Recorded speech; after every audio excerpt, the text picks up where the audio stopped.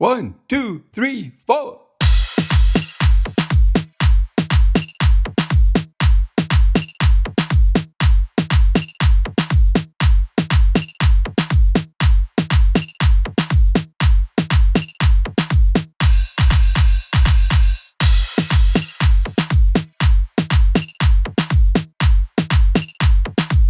So okay, guys.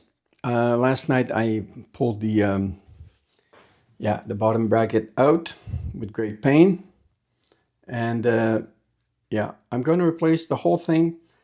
I could replace just the bearings, but I would need a vise for that because they're pressed on the spindle, and getting a vise here, it's not practical for me. I would have to, I don't know where I would put it, but I would have to come up with something. And it's going to be way more expensive than getting this the whole assembly with the bearings and the spindle and the preload tube. Yeah, it's going to cost me $99 plus tax, but I think this restoration is worth it. I think this bike is worth it. I'm going to keep those because, yeah, they can be backups, still work. It's just a little bit rough for me. So I should have that between 8 and 12 business day. Yeah, I tried replacing, you saw that this morning, I tried replacing the plastic cover on the chainstay. It didn't work from China. Anyways, so I'm going to replace this guy. And I won't lie, I already pre-loosened them. They were just as hard as the bottom bracket.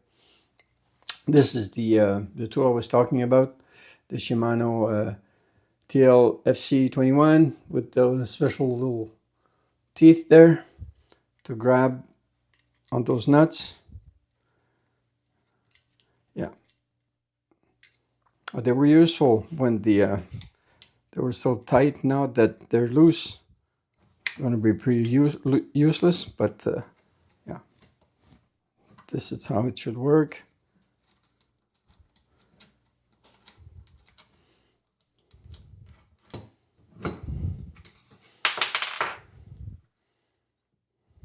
There's one.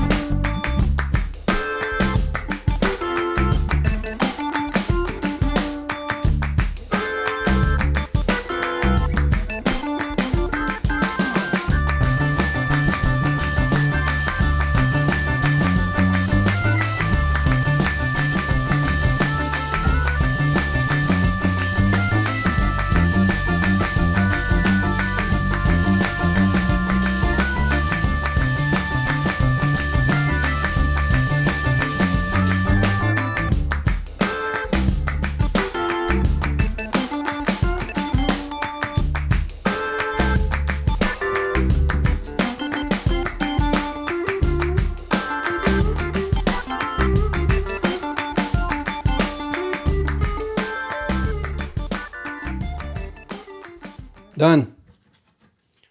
We'll try the bottom bracket.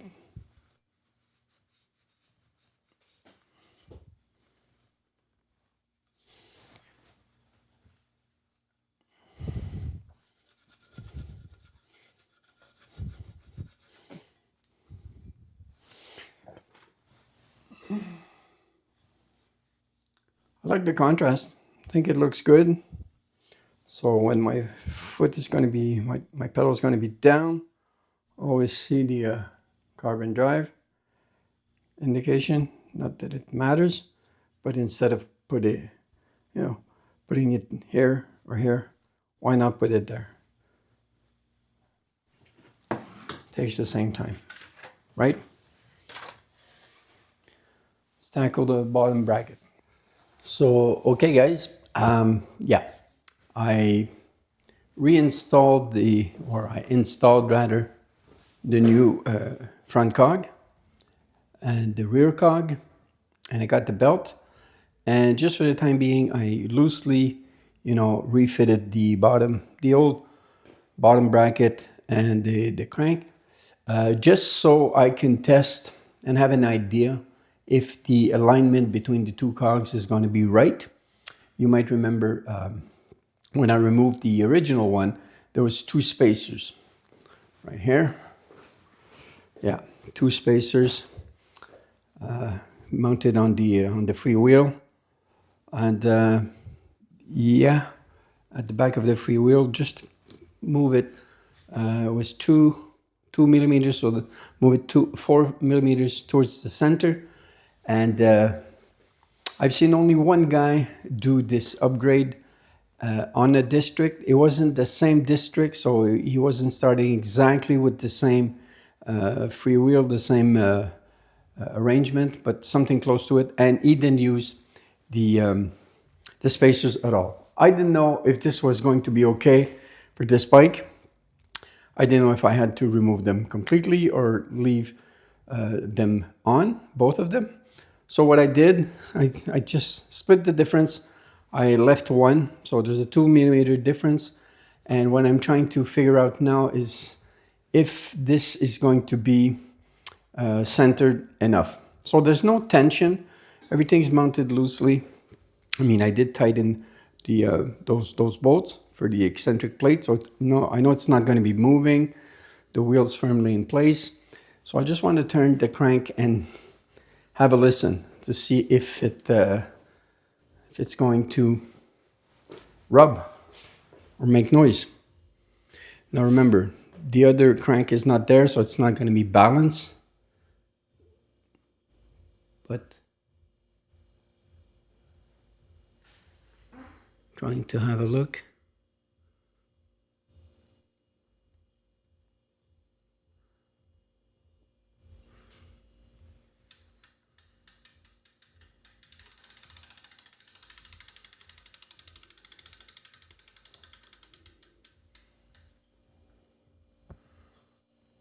Okay, let's have a closer look.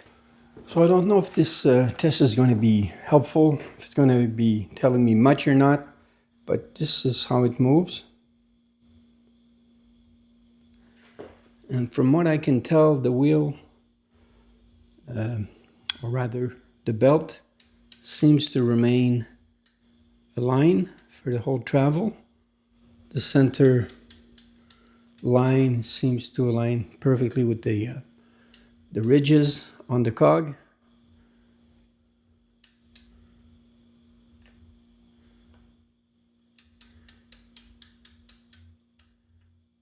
Yeah, the jiggling is because I only have one crank. As soon as I hit halfway, it wants to go down on its own.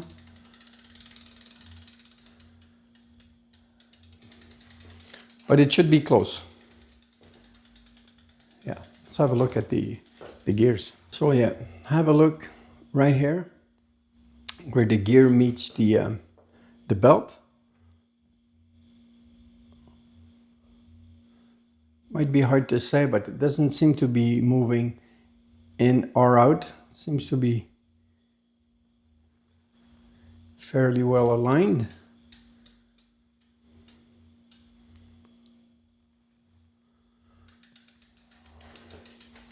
So I guess, yeah, it's going to be a good starting point, at least, as good as any.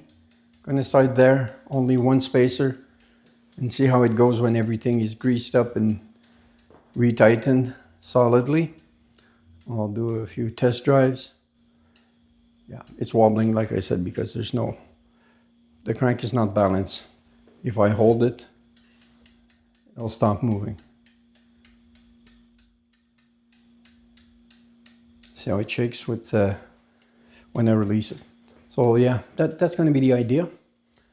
And yeah, let me show you what else I got.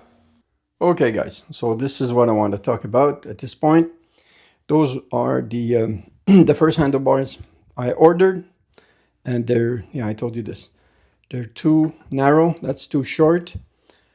I got those instead in Montreal. There was only one place I could find flat, sort of flat handlebars, aside from a few sellers on eBay and Amazon, but delivery was like 3 to 6 weeks. So I wasn't prepared to wait. I got those in Montreal. I got my buddy Yvon to pick them up for me. 15 bucks. They're 620, but look at the angle. Since the angle is a little bit more pronounced, it won't be, yeah, it won't be quite 620. And yeah, just for the fun of it, let's measure. Yeah, it's more like 600. So great, great. I think they're going to be just perfect for me. And yeah, so without the grips, this is what it looks. And we'll see this. It says, what does it say? Mountain bike AL 110 PP 15 inch H 20 24.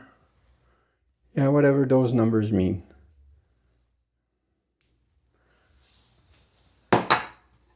In effect, it's a 600 millimeter wide handlebar, almost straight. I think it's going to be perfect. So yeah, let's go install them.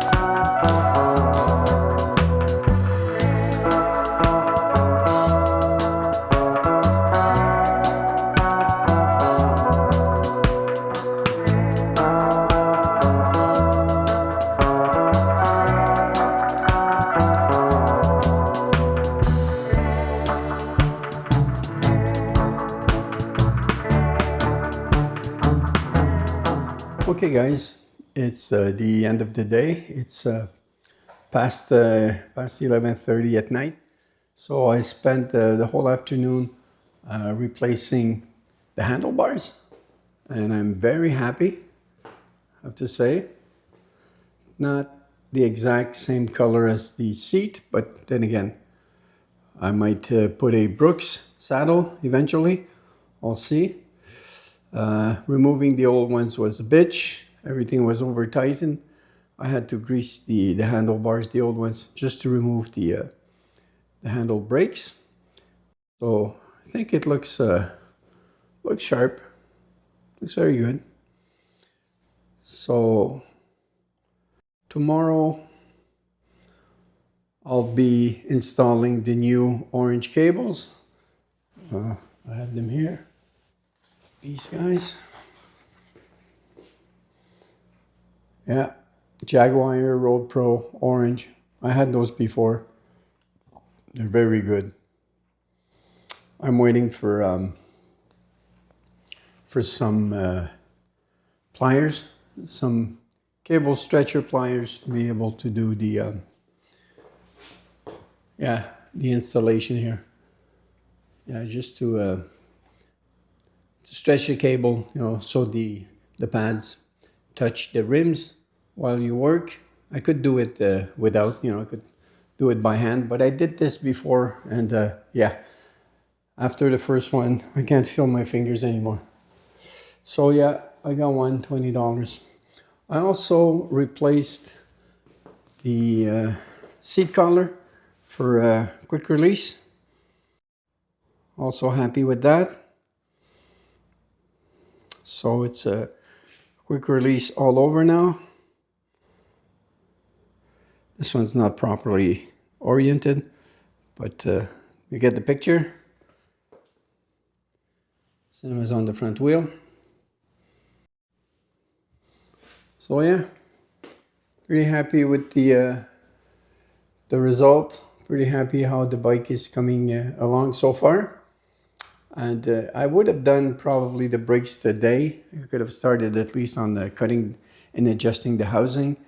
But I was interrupted around supper time by, nothing less than a fire. Yeah, 2 blocks down, same condo building as mine. Fire started in the, I don't know, the roof, the attic. And I don't know what caused it, but nobody was hurt. They evacuated everybody in the whole block. So neighbors were knocking at my door, to get me out, I guess, but it's 150 feet away, so there was no danger. And also there's a big parking lot that separates us from the those buildings. So maybe if it would have been very windy, but the winds were calm today, so there was no risk. The firefighters just left maybe half an hour ago. So around 5:30 until 11:30 at night, something like that.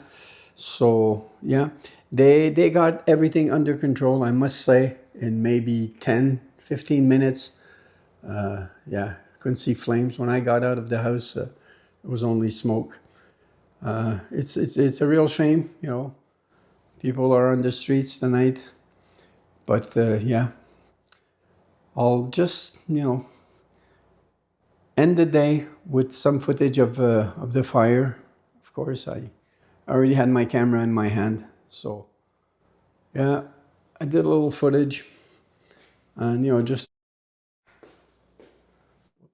just to remind us, we're lucky, Some people are not. And you never know. You never know what to expect in life. Right? So have a good night. God bless.